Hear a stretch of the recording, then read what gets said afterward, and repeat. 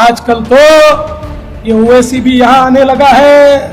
मेरे हैदराबादी भाई उधर ही रहना, इधर को मत आना।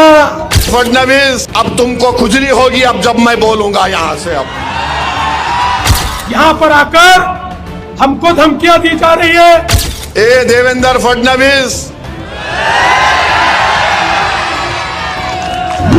याद रखो तुम मेरी जबान का मुकाबला नहीं कर सकते ना। अगर तुम मोदी अमित शाह भी बैठ गए तो मेरी जबान का मुकाबला नहीं कर सकते।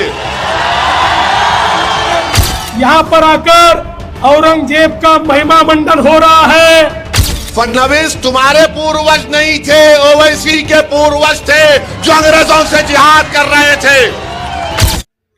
महाराष्ट्र विधानसभा इलेक्शन में अब कुछ ही दिन बचे हैं। ऐसे में जोरदार इलेक्शन कैंपेन हो रही है पूरे राष्ट्र में। इस बार कैंपेन में असदुद्दीन ओवैसी और देवेंद्र फडणवीस भिड़ गए हैं। सुन ले ओवैसी, कुत्ता भी ना पेशाब करेगा औरंगजेब की पहचान पर। अब तो तिरंगा लहराएंगे पूरे पाकिस्तान पर। और फडणवीस, मैं तुमको चैलेंज कर रहा हूं, तुम महाराष्ट्र में किधर भी हो, तुम्हारी जबान पर दूल्हे भाई का नाम तो आ गया ना। अस्सलाम वालेकुम दोस्तों, आपका स्वागत है हमारे चैनल जन्नत टीवी लाइव पर। मेरा नाम है सोहेल। आज का वीडियो है असदुद्दीन ओवैसी वर्सेस देवेंद्र फडणवीस। दोनों नेताओं के बीच छिड़ी जुबानी जंग। दरअसल महाराष्ट्र इलेक्शन 2024 के इलेक्शन कैंपेन में ओवैसी और फडणवीस में हुई तू तड़क, और किसने क्या कुछ कहा, देखिए वीडियो में। आजकल तो ये ओवैसी भी यहाँ आने लगा है। मेरे हैदराबादी भाई उधर ही रहना, इधर को मत आना। इधर को तुम्हारा कोई कामा नहीं है।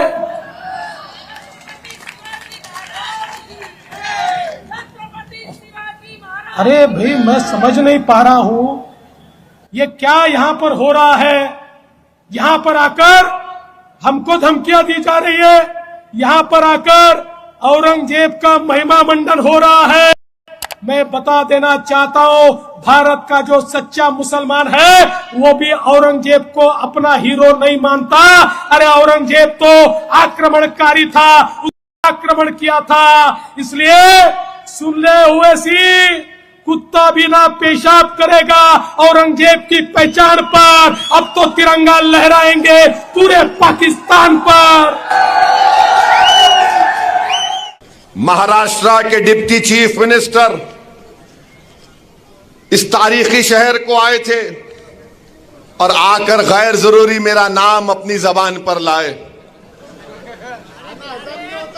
हाँ, देवेंद्र फडणवीस बोले, सुनो ओवैसी, ए देवेंद्र फडणवीस, याद रखो तुम मेरी जबान का मुकाबला नहीं कर सकते ना। अगर तुम मोदी अमित शाह भी बैठ गए तो मेरी जबान का मुकाबला नहीं कर सकते। इन्हों क्या बोले, ए ओवैसी, वो क्या बोले, ये वोट जिहाद, धर्म युद्ध। हम इलेक्शन कमीशन ऑफ इंडिया से पूछना चाहते हैं, क्या ये जबान इलेक्शन के कानून के ताबे है या उसके खिलाफ है? इलेक्शन कमीशन ऑफ इंडिया जवाब दो। ये महाराष्ट्र के चीफ इलेक्टरल ऑफिसर से हम पूछना चाह रहे हैं, मेरा नाम लेकर जिहाद का नाम लिया जा रहा है, धर्म युद्ध का नाम लिया जा रहा है। क्या ये इलेक्शन कानून के खिलाफ नहीं है? क्या ये मॉडल कोड ऑफ कंडक्ट के खिलाफ नहीं है? ये लोकशाही है, जमहूरियत है। यहां पर धर्म युद्ध और जिहाद कहां से आ गया फडणवीस? खैर, तुमने बोला, अब तुमको खुजली होगी अब जब मैं बोलूंगा यहां से। अब सुनो देवेंद्र फडणवीस, तुमने कई एमएलएस को खरीद लिया, चोरी कर ली, तो तुमको क्या बोला जाए? डाकू बोला जाए या चोर बोला जाए?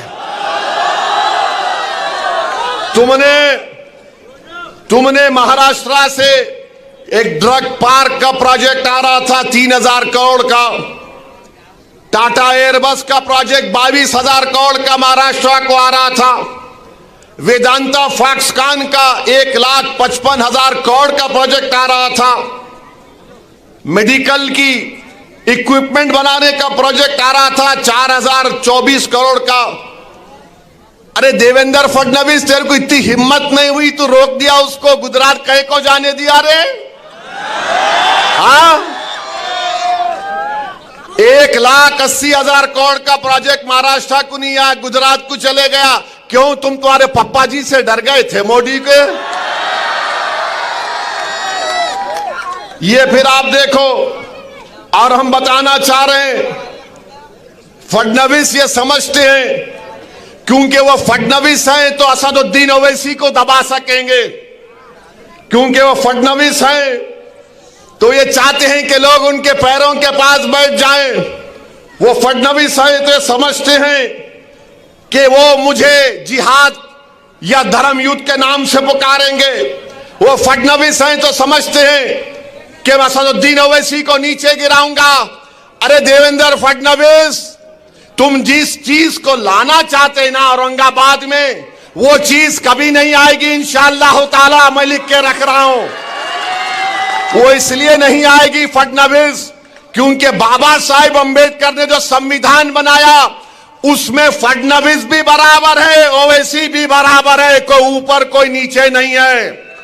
और फडणवीस, मैं तुमको चैलेंज कर रहा हूं, तुम महाराष्ट्र में किधर भी हो, तुम्हारी जबान पर दूल्हे भाई का नाम तो आ गया ना। अब तुमसे मैं कह रहा हूं फडणवीस, तुम्हारी जबान से जरांगे पाटिल का नाम निकलेगा। जरांगे पाटिल का नाम निकलेगा फडणवीस, तुम्हारी जबान लड़खड़ा जाएगी जरांगे पाटिल का नाम लेने से। बोलो, हिम्मत है तो बोलो फडणवीस, जरांगे पाटिल बोलो। तुम नहीं बोलेंगे? बोलेंगे नहीं नहीं, ओवैसी बोल सकता हूं, दूल्हे भाई है, मेरे भाईजान है, बोलूंगा।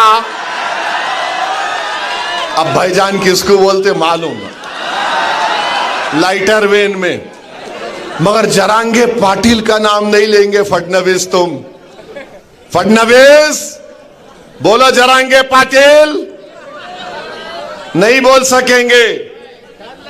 डर नहीं लगता, कच्ची हो जा रही पूरों की। और देवेंद्र फडणवीस, तुम बार बार जिहाद जिहाद बोलते। सुनो फडणवीस, तुम्हारा हीरो जेल में बैठकर अंग्रेजों को लव लेटर लिख रहा था। हमारे उलमाए किराम माल्टा की जेल में और जेल के मैदान में मौलाना हुसैन अहमद मदनी, मौलाना महमूद उल हसन अंग्रेजों के सामने झुके नहीं, सीना तान कर खड़े हो गए। सुनो फडणवीस, अल्लामा फजल कैराबादी काला पानी की जेल में थे। अल्लामा फजल कैराबादी ने अंग्रेजों से कोई सौदा नहीं किया। सुनो फडणवीस, 1820 के बाद इस मुल्क की आजादी की लड़ाई में सबसे पहला फतवा किसने दिया? हमारे मदरसों के जिम्मेदारों ने दिया, जिहाद का फतवा दिया। फडणवीस, जब तुम्हारे बुजुर्ग नहीं थे, अंग्रेजों से लड़ने का तरीका हमने देश को सिखाया। हमने बताया कैसे अंग्रेजों को भगाया जा सकता है। तारीख गवाह है कि दिल्ली की जामा मस्जिद से लेकर वो जो पंजाब का पाकिस्तान का बॉर्डर है मौजूदा, उन झाड़ों और पेड़ों पर हमारे उलमाए किराम की लाशें फकर से लटक रही थी। वो लटक तो रही थी मगर पुकार पुकार कर पैगाम दे रही थी तुम जैसे फडणवीस लोगों को कि देखो, इस देश से हमने मोहब्बत की और इस देश को आजाद कराने के लिए हमने अपना सब कुछ कुर्बान कर दिया। आज फडणवीस बोलते जिहाद। फडणवीस, तुमको जिहाद फडणवीस क्या बोले? और जिहाद, अभी लैंड जिहाद हो गया, लव जिहाद हो गया, एग्जाम जिहाद हो गया, अब फडणवीस आरएसएस बीजेपी बोल रही वोट जिहाद। यानी धूलिया में मालेगांव सेंट्रल की सीट से बीजेपी के उम्मीदवार को वोट नहीं मिला तो फडणवीस बोल रहे वोट जिहाद। हमको सेंट्रल मालेगांव से वोट नहीं मिले, जहां तुम्हारे को वोट नहीं मिला वहां जिहाद हो गया, जहां तुम्हारे को हार गए वहां जिहाद हो गया। तुम गुजरात में भी एक सीट हार गए, कैसा हारे बोलो? तुम हैदराबाद में मेरे खिलाफ हार गए, कैसा हारे बोलो?